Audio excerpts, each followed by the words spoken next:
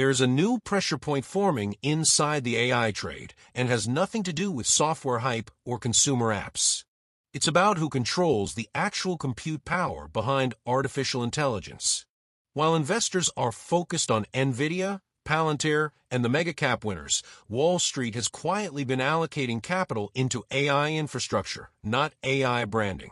There is one company sitting at the center of this shift. A cloud provider built exclusively for AI workloads, not general-purpose computing.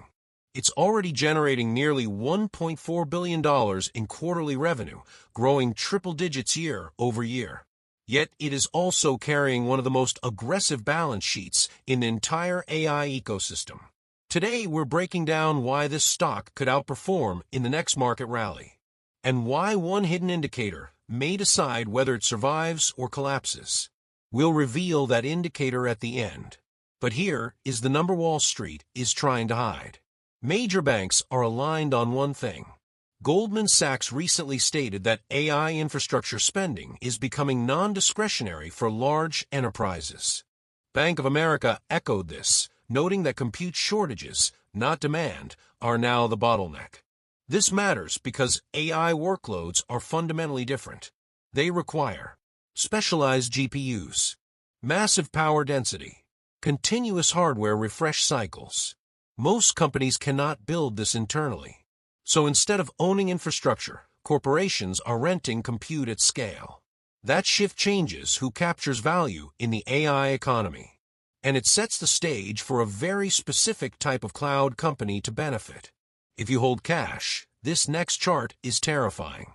CoreWeave is not competing with Amazon or Microsoft on general cloud services. Its competitive edge is singular focus. CoreWeave operates 33 data centers running over 250,000 NVIDIA GPUs, designed specifically for AI model training and inference. This gives it a structural advantage when demand spikes. Here's the data that matters. Q3 2025 revenue, nearly $1.4 billion. Year-over-year growth, 134%. Analysts forecast 135% revenue growth in 2026. That is not retail speculation. That is enterprise-driven demand. But here's the trade-off. To keep up with that demand, cost of revenue rose 158%. Operating income fell to $52 million, down from $117 million. Interest expense surged to $311 million. This is classic if/then market logic. If AI demand accelerates, infrastructure providers scale. If infrastructure scales, debt rises. If debt rises in a high-rate environment, equity risk increases. That's why this stock moves violently on earnings. Here is where your portfolio is actually at risk. The real indicator is not revenue growth.